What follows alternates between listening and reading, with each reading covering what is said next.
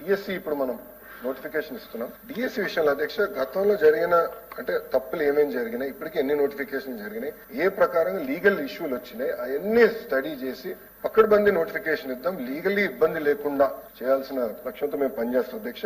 ఈ విశ్వవిద్యాలయాలకు వచ్చే ఇది కోర్టులో ఆల్రెడీ ఇష్యూ ఉంది కనుక అది ఎట్లా రిజాల్వ్ చేయాలో నేను ఏజీ గారితో కూడా మాట్లాడి I take it up personally.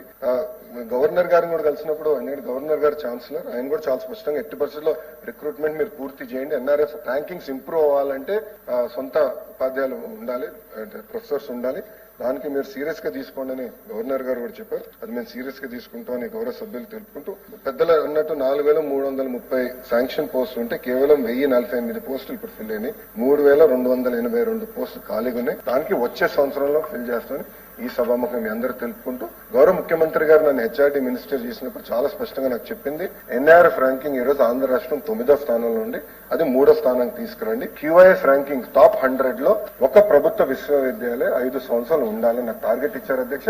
అది చేసి చూపిస్తాను.